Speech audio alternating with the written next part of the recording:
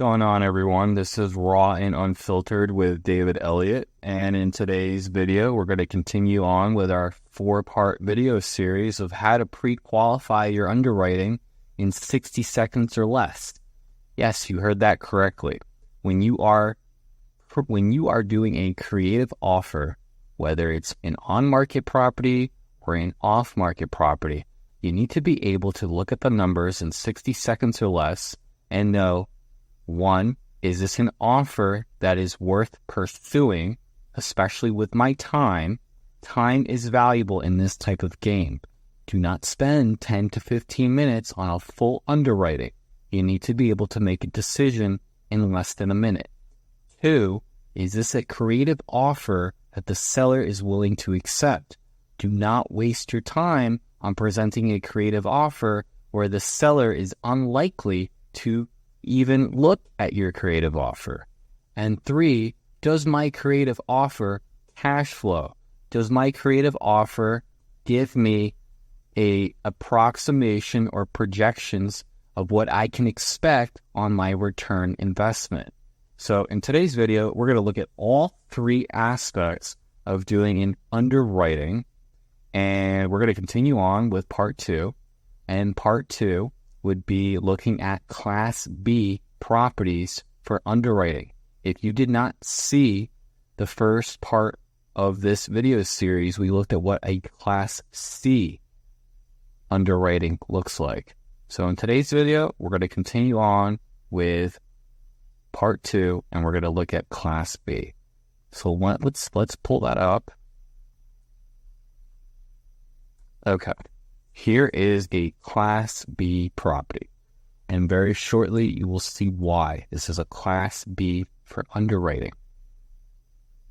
2 essential things that you want to be looking at are the purchase price, and you want to be looking at the rent. Now, this is quite the extravagant property. It's a 4-bed, 6-bath, 3,700 square feet. We don't need to waste time looking at pictures. What we want to do is look at the numbers. So right now we're listed at $464. Essentially $465 is the purchase price. We're going to scroll down to the rental projections, and we're looking at about $3,000 a month. So that is actually pretty hefty. And considering that it is at 3,700 square feet, that actually seems pretty reasonable. So if I were to not spend time on a rental comp when I'm just trying to pre-qualify my underwriting, I may actually look at this rental estimate and bring it down ever so slightly. I might be looking at $2,900 a month or even $3,000 a month.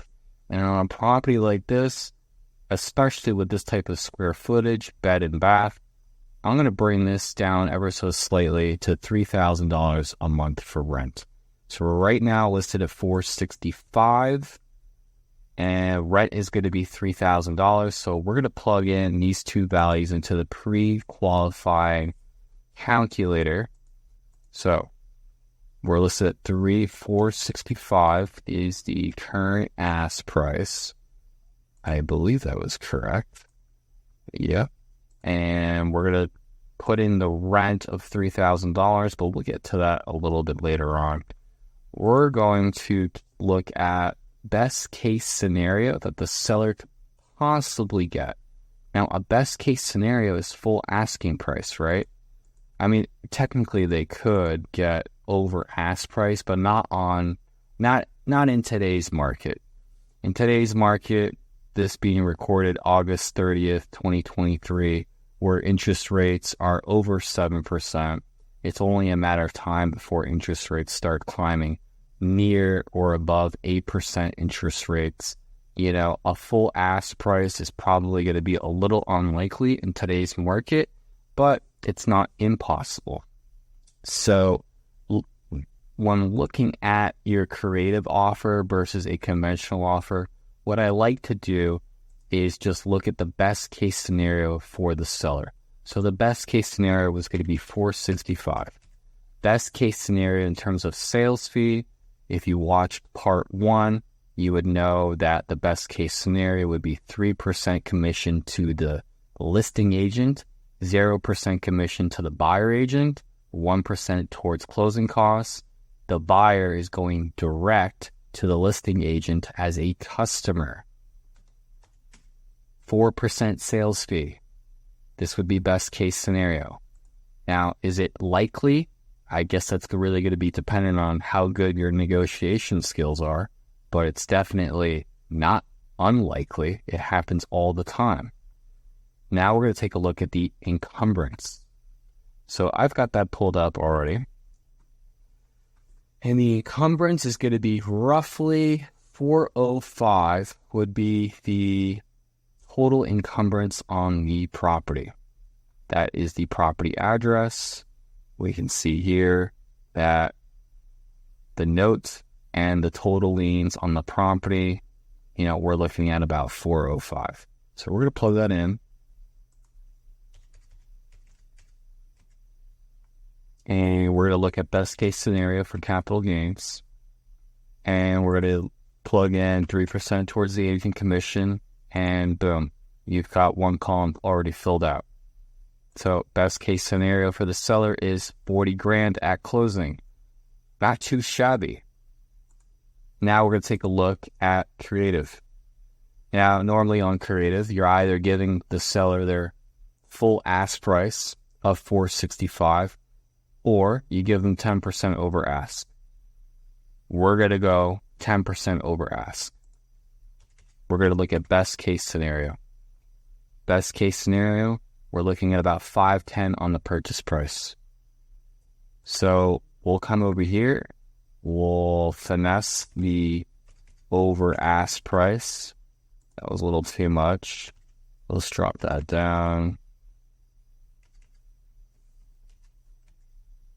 Okay, so that would be about 10% over ask price.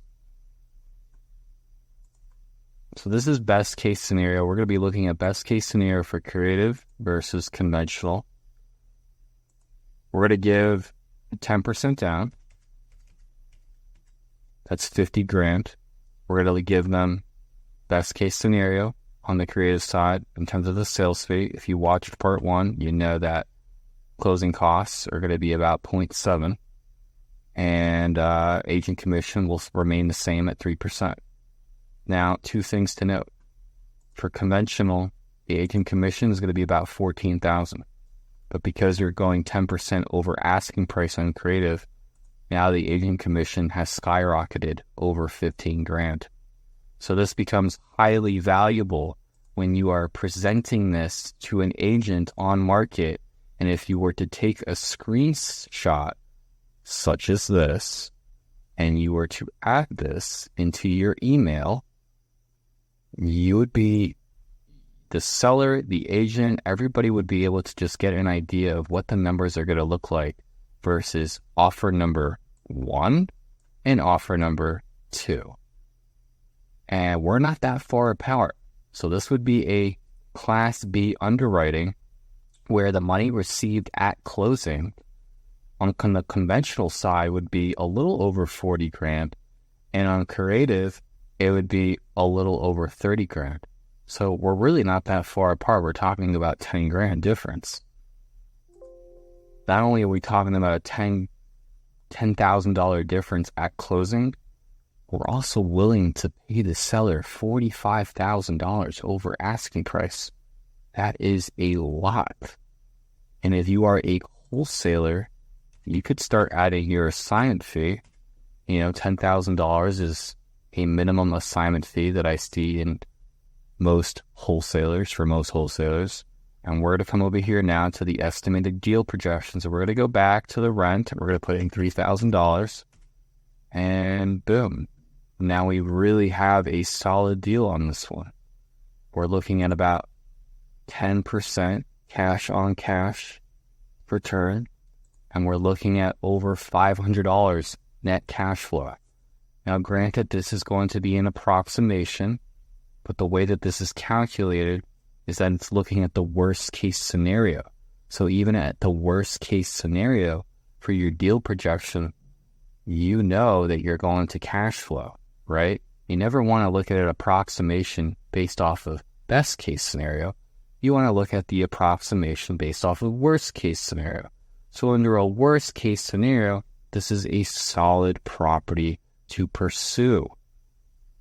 And we're still under 15% entry fee.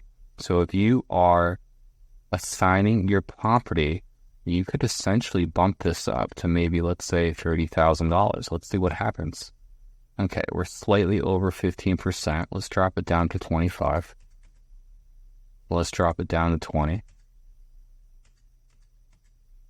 Okay, this would be a $20,000 assignment easily.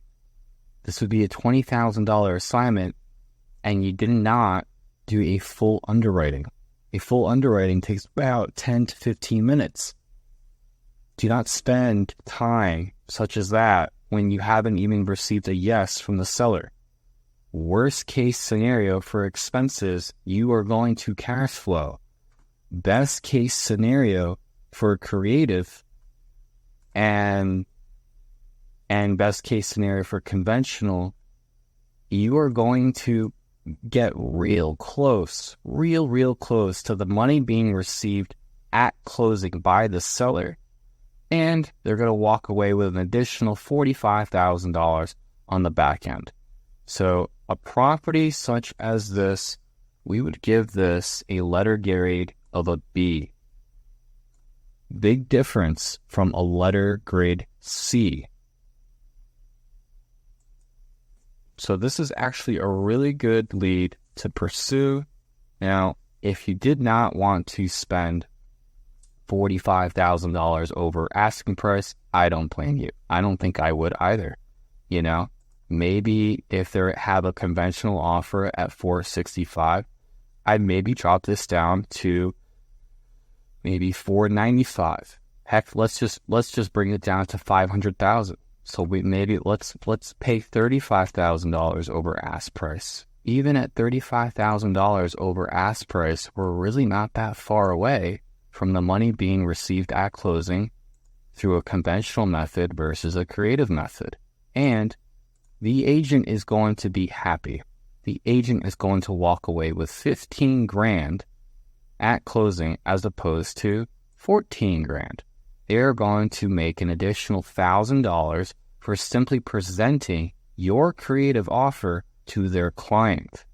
That is a really big benefit. So this is a Class B property. You know, you do have the option to give them a cash bluff offer, but we're not going to look at that right now. This is essentially to show you that a property such as this, you can underwrite in under a minute, and you can know right away that your creative lead that you found when you do a pre-underwriting, you're going to outcompete a conventional offer, best case scenario, and you're still going to cash flow based off of the worst case scenario for cash on cash return and your cash flow. So very good lead. This is this property right here. This is what you would label as a B property. The next video that we look at, we're going to look at an A property. And that video will be coming right up after this one.